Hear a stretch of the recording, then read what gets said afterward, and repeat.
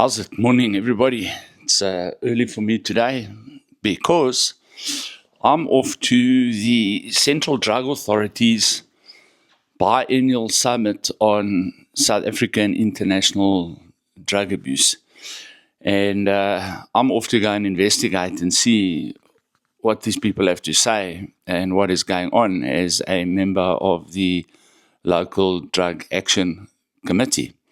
So, for those of you that don't understand it yet, that the world is in the grips of a drug epidemic, pandemic, from alcohol to prescription meds to illicit drugs. And it just appears that wherever we go, there's people are high, people are out of it. And something needs to be done because it's destroying lives.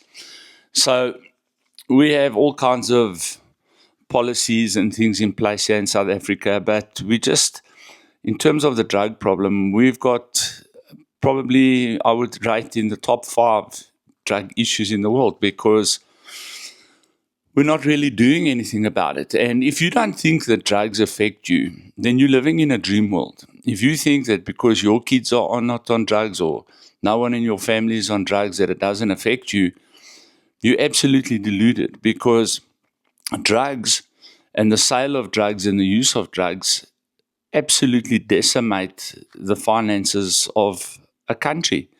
It tears down societies, it causes moral decay, it fuels every single thing that we see you guys complaining about whenever we're on social media.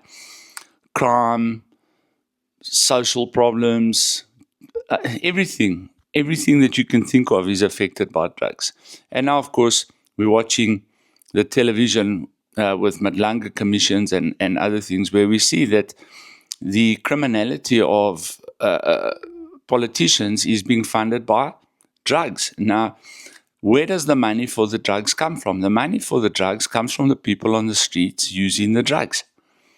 And that's what's funding the corruption in the government. And the government is what is affecting you. So if we don't tackle this drug thing head on and people don't get involved with people like myself to give us a voice, to start making a noise about this thing at events like today, which apparently, I was going there to try and make a noise, but apparently the event is not that kind of event. But we'll see how it goes and see what happens there. I'll try, shoot a couple videos with my phone and show you guys what's going on. So that's what's happening today, doing our absolute best now to try and move up the ladder of decision makers in order to become a decision maker, in order to start making a proper difference in the drug problem. Because in South Africa, the whole issue behind drugs and the government's approach to drugs is exactly the same as every other government department. Write policies, pretend to implement the policies in order to get money from the treasury, in order to distribute the money amongst who knows. Because at grassroots level, at ground level, we don't see any of that money. To give you an idea, there's people been waiting on waiting lists to go into state rehabs, anything from 9 months to 3 years to get into rehab. So I don't know how you expect a Naupe addict, which is a heroin addict, to wait 3 years before he can get treatment for his problem and survive. It's an absolute nightmare. And then, of course, the systems that they implement to try and rehabilitate these people have shown zero success around the world, but we call them best practices. So I don't know, the way the system is also structured, if you want to be registered and authorized to run a drug rehabilitation center, the amount of money that you have to plow into that, and you have to keep plowing into it to keep yourself legal, puts the costs of rehabilitation outside the reach of any average South African. You cannot believe the amount of calls we're getting to help, and we just simply can't help. We don't have the money to help. We also need to feed people. We also need to help people. Our people that are on the program, we just simply cannot afford to take people for free. It's not because we don't want to. We just can't do it. We just don't have the money to do it. And in order to get the funding from government comes with a whole set of controls, and not the kind of controls to keep you accountable in that. No. They want control of your institution before they give you the money. So they want people in your board. They want to have say. They want all these types of things. And I'm also aware that some people also want some of the money.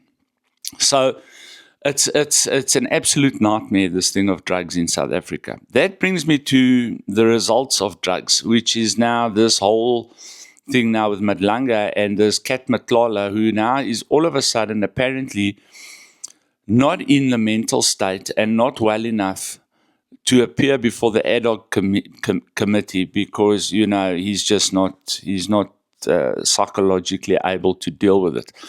The guy who is psychologically able to rip off billions of rands, allegedly order hits, run massive crime syndicates, drive around in multi-million rand cars, live in multi-million rand homes, and just absolutely help decimate the country, is now apparently not psychologically fit to face the ad hoc committee. Let me tell you something, This absolute farce, this absolute joke that is being made of the judicial system in this country must come to an immediate end.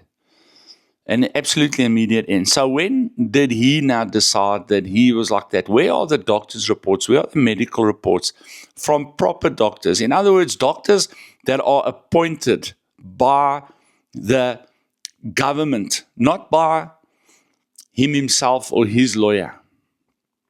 Independent doctors that can make these assessments. And why should we even have to make these assessments? He should be forced to go and stand there, whether he's psychologically fit, not psychologically fit, whatever bullshit story he's giving. And this just shows you that these commissions bear no teeth. Take him to court, bring the witnesses, and convict the guy and put him in jail for 30 years. And then he can sit in jail for 30 years psychologically unfit. And this story of early parole for medical conditions must come to an immediate end. Build a prison hospital, and if these guys have got medical conditions, keep them in the prison hospital. But this early release, compassionate, we've got two. We've got Zuma and Shabir Shaikh. These guys were dying. Dying. They had to get out of hospital. They were dying on their last legs. Now they're playing golf. This type of junk has to come to an end.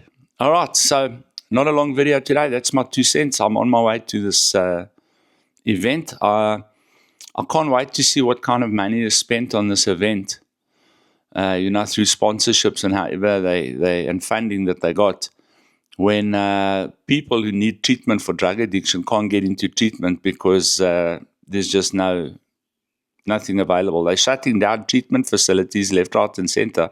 They don't have the capacity to treat addicts, but they can hold 1,000-person gala biennial summit at the Birchwood Hotel, by the way, which is, as far as I know, the hotel that was bought by Crime Intelligence through this very same Mr. Motlala that is now psychologically unfit.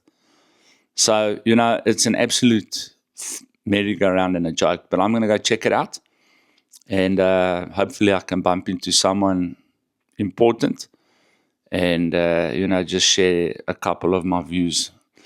Lekker. God bless, guys. See you later.